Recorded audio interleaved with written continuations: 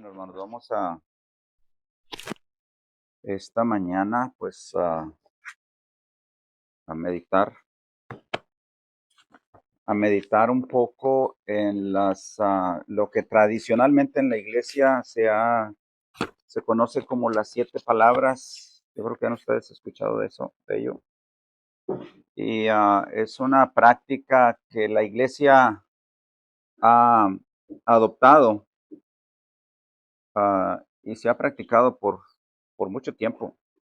El título que le he puesto a la meditación de esta mañana, hermanos, es la cruz en 7 palabras. Y hermanos, son 7 palabras, 7 frases que Jesús pronunció desde la cruz y fueron recopiladas por la iglesia y fueron puestas por la iglesia, tomadas de los 4 relatos que tenemos en las escrituras de los evangelios, con el fin de meditar precisamente en la obra de Cristo. Y antes de iniciar, hermanos, estas fechas nos traen a nuestra memoria, a nuestro corazón, el recordar la obra de Cristo, eh, lo que Jesucristo hizo por nosotros cuando Dios se encarnó, tomó cuerpo humano, vino a vivir entre nosotros para rescatarnos. Es algo maravilloso que haya sucedido en el tiempo, en la historia, y es increíble eso. Un Dios infinito, un Dios que no es posible conocer a menos que Él se revele, vino a buscarnos y murió por nosotros, y es lo que celebramos y recordamos en estos tiempos. Y bueno, debería ser constante ese recordatorio de esa verdad. Pensando en los horarios, yo no puedo imaginar, mis hermanos, cómo es que el Señor Jesús pudo, sabiendo a lo que Él venía, pudo vivir conociendo esa verdad, que Él iba a ser sacrificado en una cruz. Él estaba consciente de esa verdad. Él vino a buscar y a salvar lo que se había perdido. Ese fue el propósito. Tener eso en mente, en su corazón, que vino a buscar y a salvar lo que se había perdido todo el tiempo, todo el tiempo. Vivir con ese conocimiento, con esa conciencia. Yo no sé qué significó para Él, pero esto yo creo que es algo que nosotros debemos estar muy agradecidos con Él, porque el sufrimiento físico no fue nada fácil, mucho menos el sacrificio que hizo de recibir el castigo de su propio Padre en la cruz. Como dice las Escrituras, aplastado por su Padre para poder otorgarnos el perdón. Es, es, es de apreciar la obra de Cristo, es de amar al Señor Jesucristo, es de amar al Padre, ver al Hijo sufriendo, ver al Hijo bajo su misma ira, aplastado ahí, sangrando. Es de motivarnos, hermanos. Miro las calles y veo los cascarones y las piñatas y todas estas cosas y digo, ¿a dónde hemos llevado, nuestra cultura ha llevado esta celebración tan significativa para nosotros como cristianos a reflejarlo en cascarones, a donde la gente corre a los ríos, a los parques y tiene otra celebración muy diferente, sin significado, fuera de las escrituras? Y es triste cuando nos, nos alejamos tanto de la verdad escritural. Hermanos, checando algunos horarios, decía, a las 6 de la mañana el Señor Jesucristo estaba ante Pilato. Alrededor de las 7, y estas son aproximaciones, él fue flagelado, recibió burla de los soldados y todo en una manera bien injusta desde el día viernes. A las 8 de la mañana aproximadamente, él ya iba camino al Gólgota con su cruz cargando. Imagínense, a las 6 de la mañana nosotros no queremos ni levantarnos, ¿verdad? Estamos cubiertos ahí en el calorcito de la cobija. El Señor Jesucristo ya estaba recibiendo el juicio, un mal juicio. A las 9 él era crucificado, la hora tercera, según la Biblia. Ya estaba en la cruz. A eso había venido. A esa hora, a las 9, él menciona 3 de las frases. Padre, perdónalos. Al ladrón le dice, hoy estarás conmigo en el paraíso. A Juan le dice, y a su madre, mujer, he ahí tu hijo. A las 12 aproximadamente, la hora sexta, hay tinieblas sobre la tierra y él pronuncia la palabra cuarta que dice, Dios mío, ¿por qué me has abandonado? A la 1 aproximadamente, el Señor sufre una agonía física extrema y él pronuncia esas palabras, tengo sed. Entre las 2, antes de las 3, tenemos el clímax de su obra redentora, donde él expresa, consumado es. Consumado es. Aproximadamente a las 3 de la tarde, el Señor muere, cuando él muere y él dice, expresando estas palabras, Padre, en tus manos encomiendo mi espíritu. El Evangelio de Lucas, hermanos, recoge 3 de estas frases. Padre, perdónalos, hoy estarás conmigo en el paraíso. Padre, en tus manos encomiendo mi espíritu. En el libro de Juan, en el Evangelio de Juan, vemos otras 3, que es, mujer, he aquí tu hijo, he ahí tu madre. Tengo sed y consumado es. En el Evangelio de Mateo, de Marcos, tenemos las palabras, Dios mío, ¿por qué me has abandonado? Y es un trabajo que la iglesia ha recopilado, ha puesto de esta manera para que nos ayude a nosotros a meditar en esa obra de Cristo. Y es como si Cristo mismo nos expresa y nos pinta lo que es la cruz del Calvario a nosotros. Estas palabras, hermanos, la idea es que forman un cuadro teológico de perdón, de salvación, del deber, del desamparo, de la humanidad, de la consumación y la entrega a través del Señor. Es la cruz explicada desde la boca misma del Señor Jesucristo. Es lo que vemos en estas palabras. En Lucas, hermanos, si se buscan su Biblia, en Lucas tenemos la primera palabra y antes de entrar ahí vamos a orar a nuestro Dios que toque nuestros corazones, ¿sí? con su palabra y nos mueva el Espíritu Santo a ser más agradecidos y más amorosos para con nuestro Salvador. Oremos, hermanos. Padre Dios, te damos gracias, Padre, por tu palabra. Gracias, Señor, por lo que nos muestras en ella, a tu iglesia, Padre. Señor, aquí está este pequeño grupo, aquí estamos, mi Dios, tu grupo, tu iglesia, con imperfecciones, mi Dios, y con un deseo en nuestro corazón profundo de honrarte, de servirte mejor. Y al mismo tiempo sufriendo porque no logramos, Señor, nuestra meta de agradarte siempre y servirte, aunque tenemos el deseo, Señor. Gracias a ti. Pero aquí estamos, mi Dios, recordando la obra de Jesucristo, recordando sus palabras expresadas desde la cruz. Y, Señor, pidiéndote, Señor, que tú nos ayudes a responder a esta hermosura del Evangelio, a esta hermosura de estas buenas nuevas para nosotros, a responder con agradecimiento, mi Dios.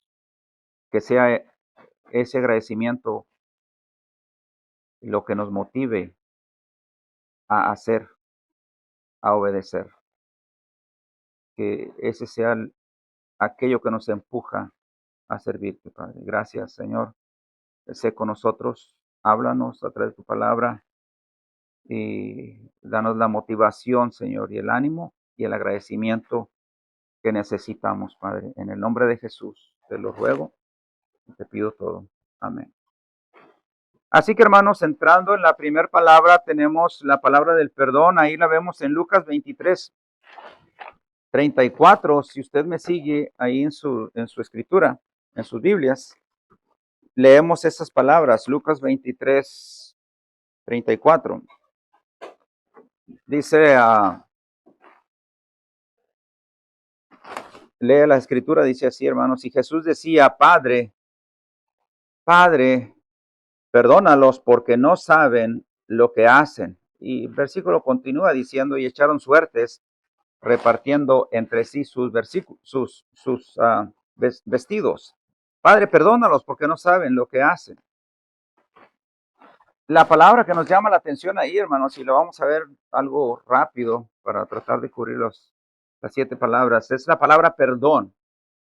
Y hermano, eso resume precisamente la obra. El Señor Jesucristo hizo vino a proveer un camino, a proveer un medio para que nosotros fuéramos perdonados. Y Jesús aquí está practicando lo que practicó toda su vida, el perdón. Esa es una práctica que él mostró, públicamente mostró el perdón. Y aquí desde la cruz, increíble que él diga, Padre, perdónalos,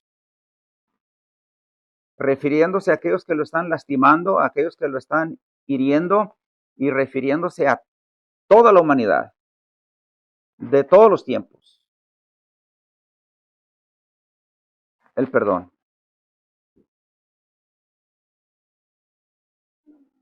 Padre, perdónalos porque no saben lo que hacen. Es maravilloso pensar que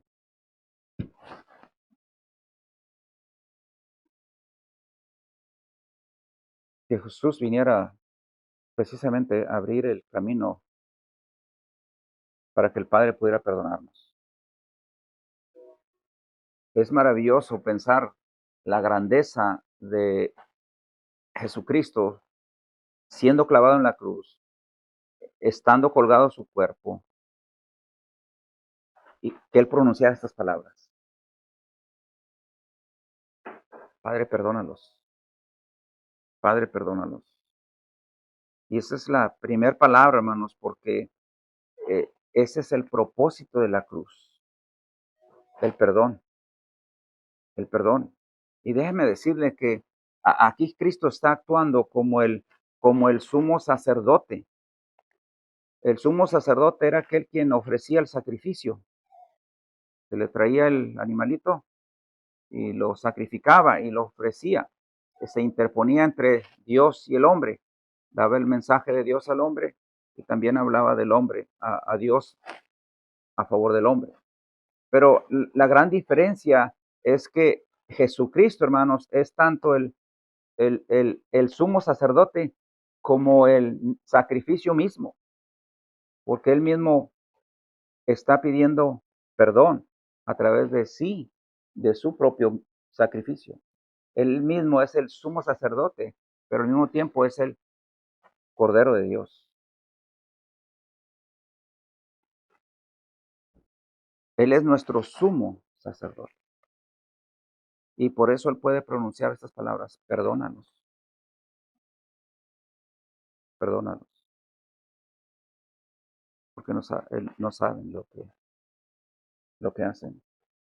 Ahora, hermanos, en Isaías 53, allá en el versículo 12, esto que estamos viendo aquí es el cumplimiento de esta profecía.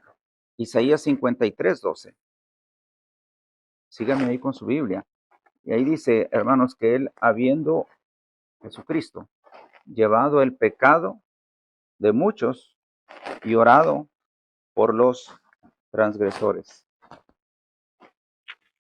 Y sabe usted que Isaías, el libro de Isaías, fue escrito aproximadamente 700 años de que el Señor Jesucristo viniera. Y Isaías, ahí en el versículo 12, al final del versículo, dice así: derramó su alma hasta la muerte, y con los transgresores fue contado, llevando él el pecado de muchos e intercediendo por los transgresores. Increíble. Al pie de la letra se cumple esa profecía. Y usted ve al Señor Jesucristo aquí en la cruz, exclamando y cumpliendo esa profecía: Padre, perdónanos. Padre, perdónanos. Y gracias a Él que tenemos perdón. Gracias a Cristo que eso se hace posible. Tenemos perdón. Tenemos perdón, hermanos. Tenemos perdón. Amén.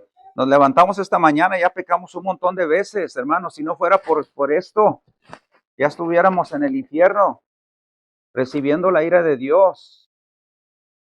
Pero Cristo cumplió la profecía al pie de la letra, sin falla alguna, y recibimos perdón.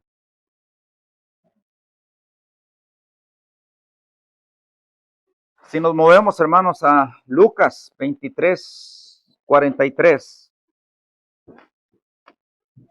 ahí encontramos la segunda palabra. Lucas capítulo 23, versículo 53.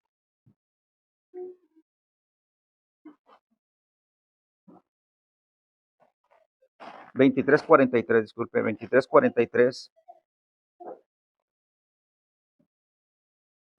Ahí tenemos la palabra de salvación. Tuvimos la palabra del perdón, la palabra de salvación. Ahora, en versículo 43 de Lucas 23, dice: entonces él le dijo, en verdad te digo, hoy estarás conmigo en el paraíso. Hoy estarás conmigo en el paraíso. Esto se lo dice a un hombre, a un ladrón, a un pecador que merecía estar en la cruz, no Jesús. Él sí merecía estar en la cruz. Y Jesús le está diciendo a este pecador: hoy estarás conmigo en el paraíso. ¿Qué hizo este hombre para merecer tal regalo? Este hombre no estaba bautizado. Ese hombre no conocía teología. No sabemos qué tanto conocía. Ese era un hombre entregado a los placeres, a su propio beneficio. Ese hombre quizá nunca estuvo en una iglesia. No sabemos, pero lo que sabemos seguro es que no estaba interesado en Cristo hasta ese momento.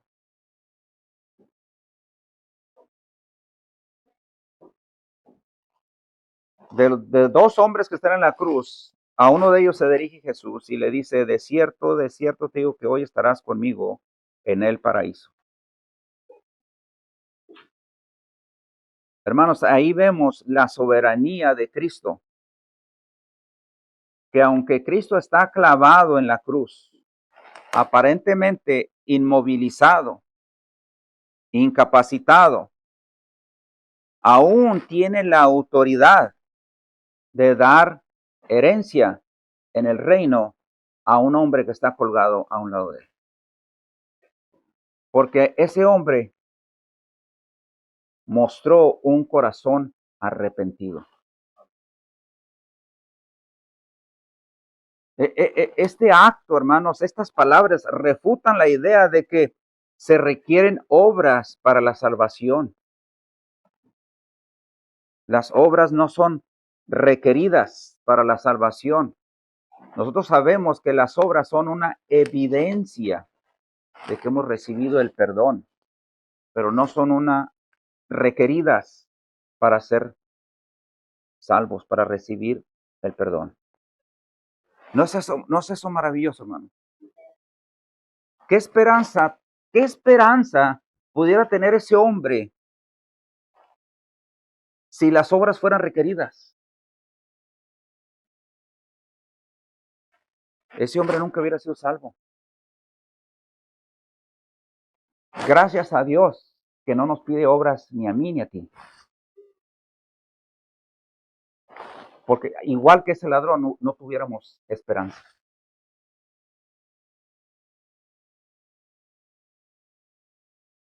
De cierto te digo que hoy, qué hermoso sonó palabras como algo dulce, como el canto más hermoso a los oídos de ese hombre. Hoy estarás conmigo en el paraíso. Wow. Esto nos recuerda, hermanos, lo que dice Romanos 10:13. Todo aquel que invocare el nombre del Señor, ¿qué? Será salvo. Algunas veces hablamos con personas, compartimos el Evangelio y les invitamos a asistir a las iglesias, los servicios, y algunas personas dicen, no estoy listo para ir a la iglesia, me voy a esperar un tiempo, cuando yo esté listo, entonces ya voy. Y deberíamos recordarles estas palabras del Señor Jesucristo.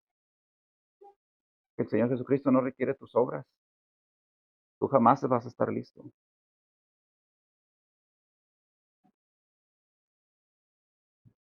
Si tú tienes un corazón arrepentido y pones tu confianza en el Señor Jesucristo, tú puedes recibir las mismas palabras.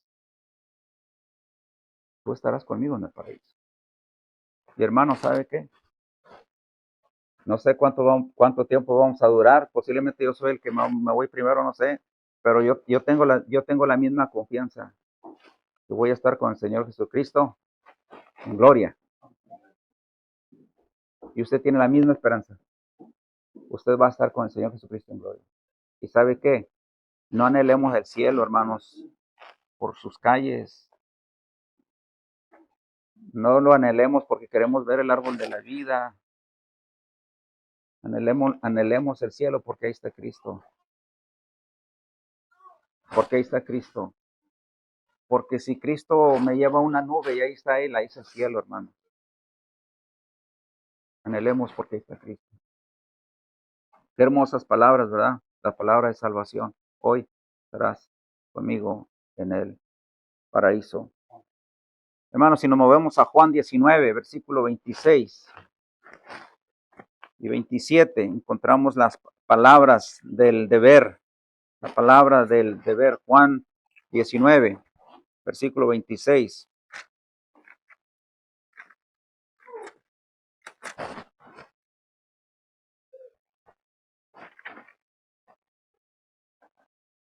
Ahí está María, la madre de Cristo. Jesús está en la cruz, en su dolor, está sufriendo. Ahí está Juan también, el discípulo. Y en Juan 19, versículo 26 y 27, se oyen las palabras de Cristo. Y él dice, y cuando Jesús vio a su madre colgada desde la cruz, ve a su madre, pero también ve al discípulo a quien él amaba, dice, que estaba allí, cerca. Dijo a su madre, mujer, he aquí tu hijo. Versículo 27, después dijo al discípulo, he aquí tu madre. Y desde aquella hora el discípulo le recibió en su propia casa. Hermanos, esto habla acerca de la humanidad de Cristo. Habla de la humanidad de Cristo. Él es un ser humano. Un ser humano que tuvo una mamá.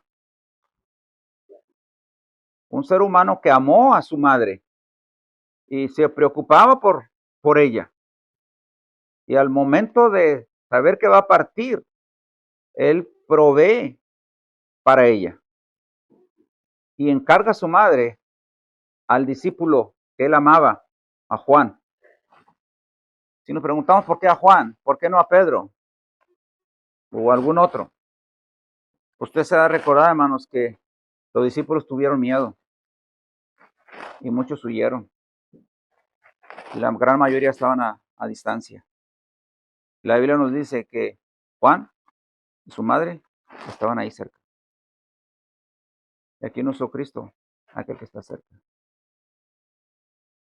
Aquel que está cerca. Y le dice, ahí está tu madre, ahí está tu hijo. ¿No nos dice algo esto, hermano? Caminemos cerca de Cristo. Caminemos cerca de Cristo.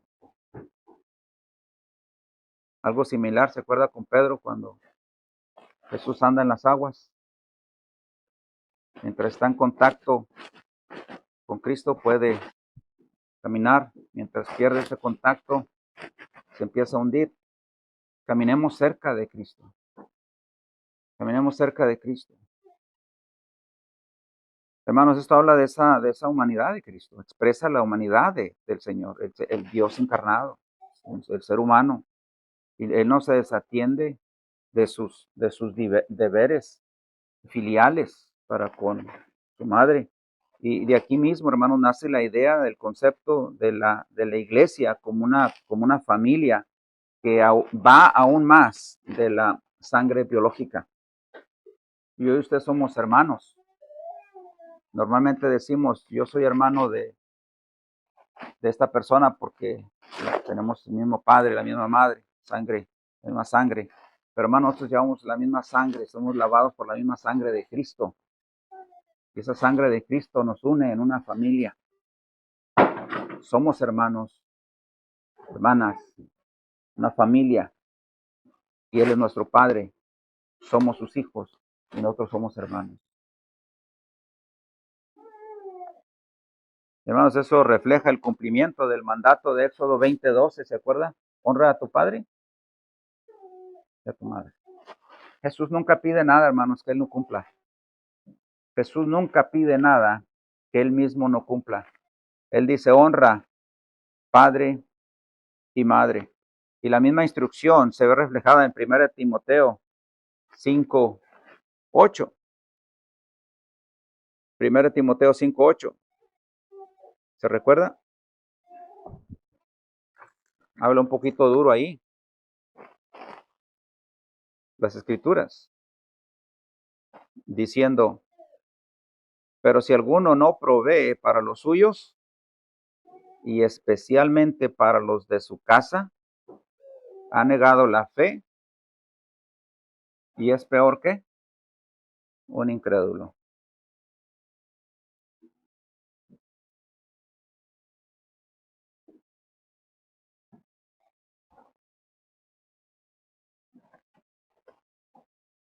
En Mateo 27, hermanos, 46, vemos la palabra del desamparo. Eso sucede alrededor de las 12, cuando él exclama, Elí, Elí, lama sabactani. Esto es, Dios mío, ¿por qué me has desamparado? Un abandono que fue necesario. Se recuerda que hablábamos en nuestro estudio los jueves de que Dios usa el mal para cumplir sus propósitos. Era necesario este desamparo para la obra redentora.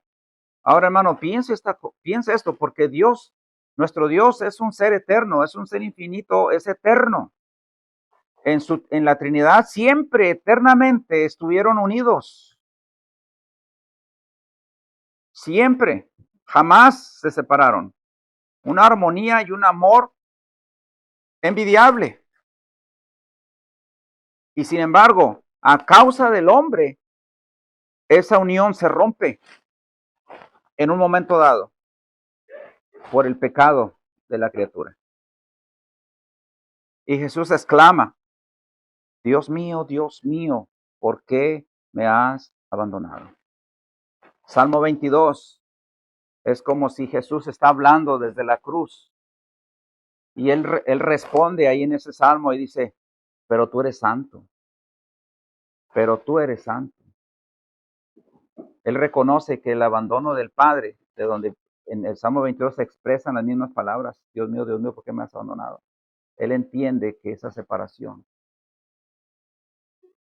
es a causa del pecado del hombre. La santidad de Dios no tolera el pecado. Nosotros, hermanos, nosotros fuimos la causa de esa separación.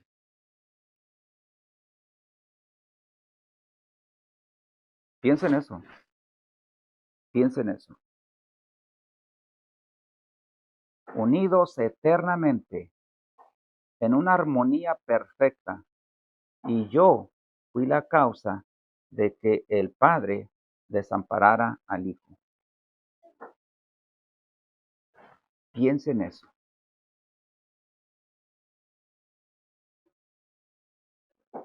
Ahora, esas palabras, hermanos, no es una pérdida de fe del Señor Jesús. Él no está perdiendo la fe. Es una expresión del juicio divino. En ese momento, el Padre aparta su rostro porque Jesús está siendo hecho pecado por nosotros. ¿Se acuerda lo que dice 2 Corintios 5:21? Al que no conoció pecado, por nosotros lo hizo pecado. Y es en ese momento cuando sucede eso. Todas mis mentiras, todas mis manipulaciones, todas y cada una de mis ofensas en el Hijo, castigadas.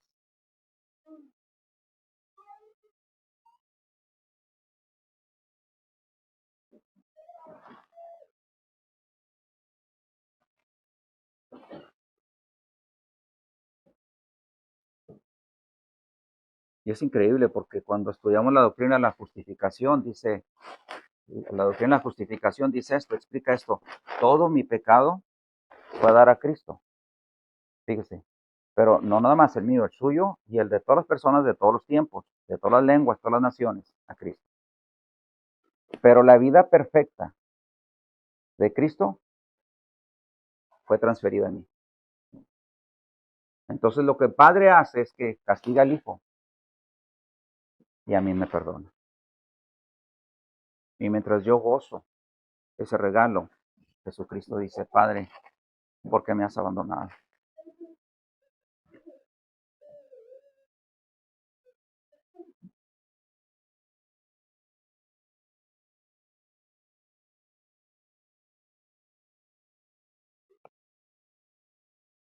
Si nos vamos a Juan 19:28, hermanos, vamos a encontrar la palabra de la humanidad. Y aquí andamos alrededor de la 1 de la tarde. Juan 19:28. Ahora recuerde que Jesucristo ha estado en la cruz todo este tiempo. Juan 19:28 dice, después de esto, sabiendo Jesús que ya todo estaba consumado, dijo, para que la escritura se cumpliese, tengo sed. Tengo sed.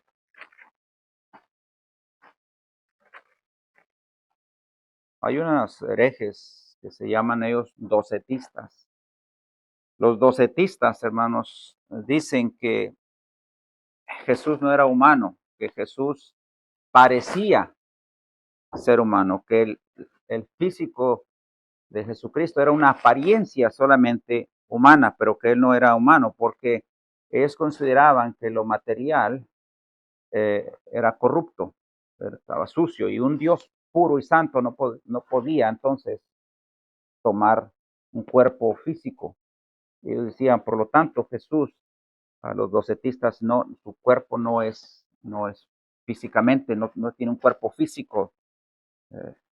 Sin embargo, estas palabras hablan de un Jesús que sufre físicamente, un Jesús que tiene sed.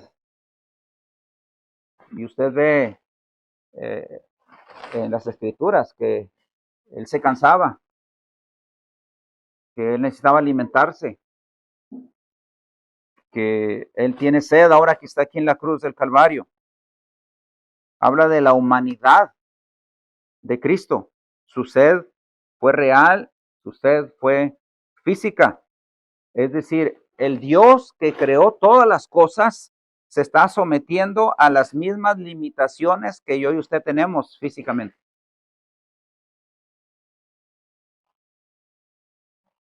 A las limitaciones de su propia creación. En el Salmo 69, versículo 21, él dice, en mi sed, y fíjese que está en los Salmos, hablando proféticamente, en mi sed me dieron a beber vinagre. Una vez más, las profecías cumpliéndose en Cristo. Esto es una evidencia, hermanos, de que las escrituras es palabra divina, es palabra de Dios. Todas las profecías se han cumplido. Cantidad de profecías que se cumplieron en Cristo, ahí en la cruz.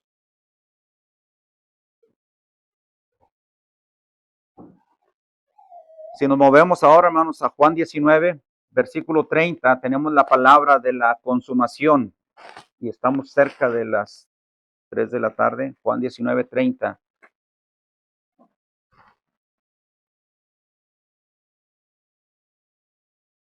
Dice ahí, entonces Jesús, cuando hubo tomado el vinagre, dijo, consumado es. E inclinando la cabeza, entregó el espíritu. La palabra que nos interesa es consumado es.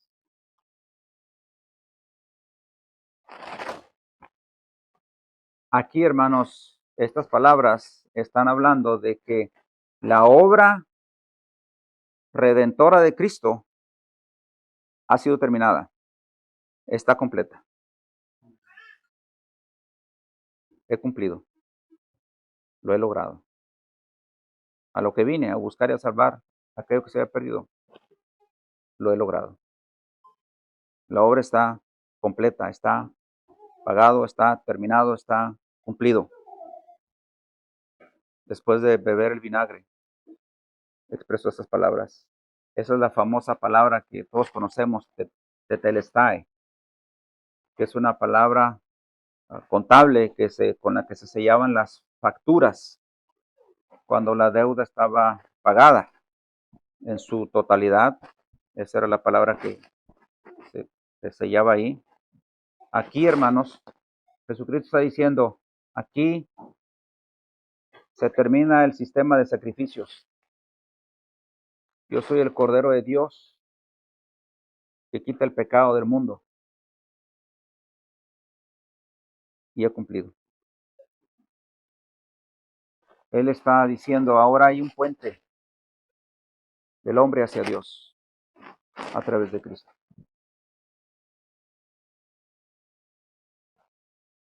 La palabra de consumación, consumado, es. Ahí, hermanos, una vez más se cumplen las profecías del siervo sufriente. Se cumple el plan eterno de Dios, del que Pablo habla ya en Efesios, en el capítulo 1, y se cumple la misión del Hijo al expresar estas palabras. Y mire, si usted va conmigo ahí a Hebreos, al capítulo 10, hermanos, de Hebreos, y leemos los versículos 12 y 14, dice algo hermoso aquí, dice, pero él, habiendo ofrecido un solo sacrificio por los pecados para siempre, se sentó a la diestra de Dios, esperando de ahí en adelante hasta que sus enemigos sean puestos por estrado de sus pies. Un solo sacrificio del Hijo de Dios fue suficiente para toda la humanidad, de todos los tiempos, de todas las razas, de todas las lenguas. Y Jesús dijo, consumado es.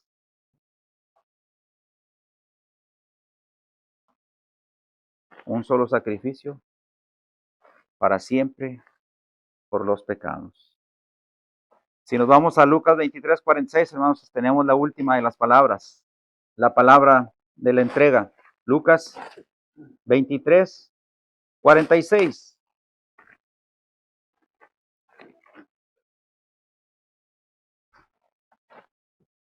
Aquí la palabra de Dios nos dice, y Jesús clamando a gran voz, dijo, Padre, en tus manos encomiendo mi espíritu.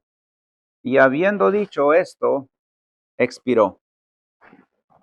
La última palabra. Clamando a gran voz, dijo, Padre, en tus manos encomiendo mi espíritu. Y habiendo dicho eso, expiró. Ahora, yo quiero que notemos algo interesante aquí. Aquí Jesús, hermanos, no muere por agotamiento.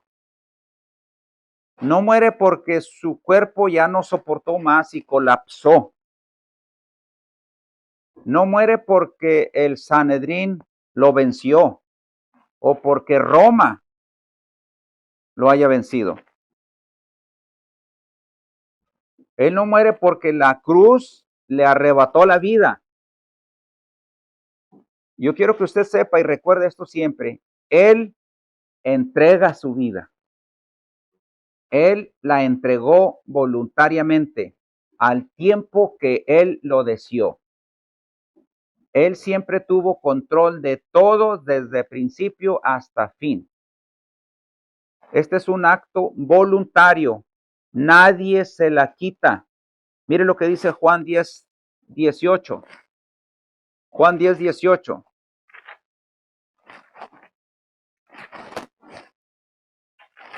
¿Lo tiene, hermano? Dice ahí, versículo 17, dice, por eso el Padre me ama, porque yo doy mi vida para tomarla de nuevo. Fíjese qué hermosas palabras. Yo doy mi vida para tomarla de nuevo. Yo la doy y luego la recojo otra vez. Luego versículo 18. Nadie me la quita. Ya vio. Nadie me la quita, sino que yo la doy de mi propia voluntad. ¿Lo está leyendo, hermano? A mí nadie me quita la vida, dice Cristo. Yo la doy de mi propia voluntad. Tengo autoridad para darla y tengo autoridad para tomarla de nuevo. Este es un mandamiento que yo recibí de mi Padre. Eso es victoria, hermanos. Eso es victoria. Eso es victoria. Nadie le quitó la vida a Cristo, Él la dio. Si Él murió en la cruz es porque Él quiso morir por usted y por mí. Si Él lo hizo es porque Él nos amó. Si Él lo hizo es porque sabía Cristo que yo y usted estábamos perdidos y no podíamos hacer absolutamente nada. Y Él lo hizo voluntariamente. La cruz no lo venció. Los romanos no lo vencieron. El Sanedrín no ganó. Cristo dio su vida voluntariamente.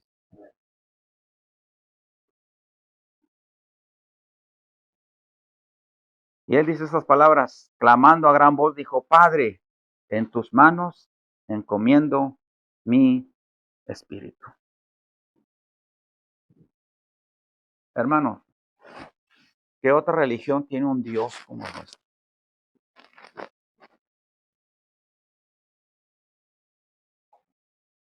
¿Qué otra religión hace sentido como nuestra religión? Nadie. Nadie.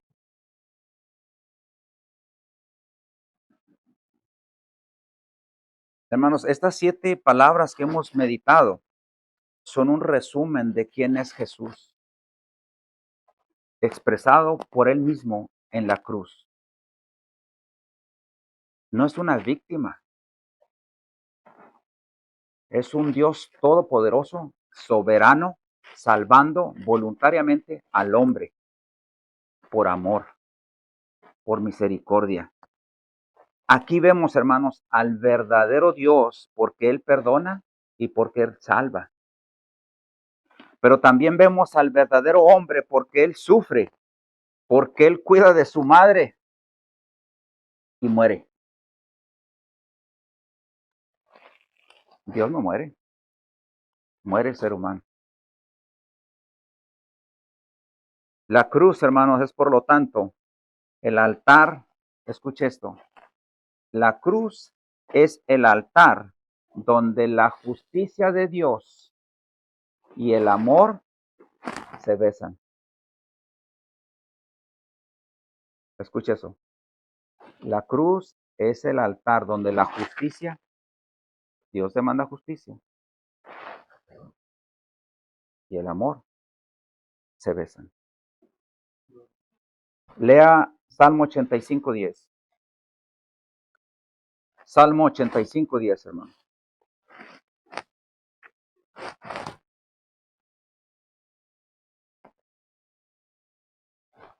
Alguien me lo lea a voz alta.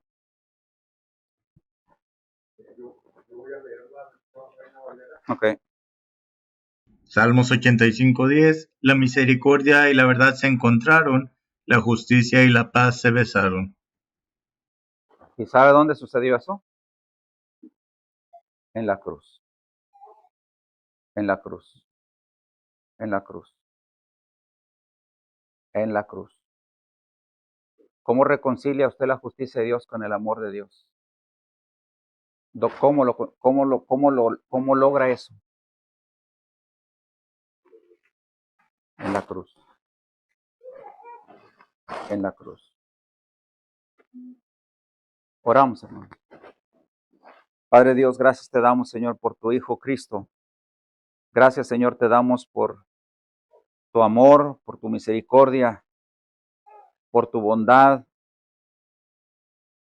Gracias te damos porque todo eso, Señor, se refleja en tu Hijo Jesucristo.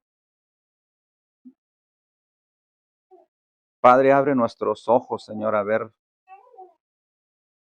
esa verdad, conscientemente ver esa verdad. Que todo lo que tú eres, Señor, lo vemos reflejado en Cristo. Y en Cristo, mi Dios, vemos que nos amas, vemos el perdón, vemos salvación.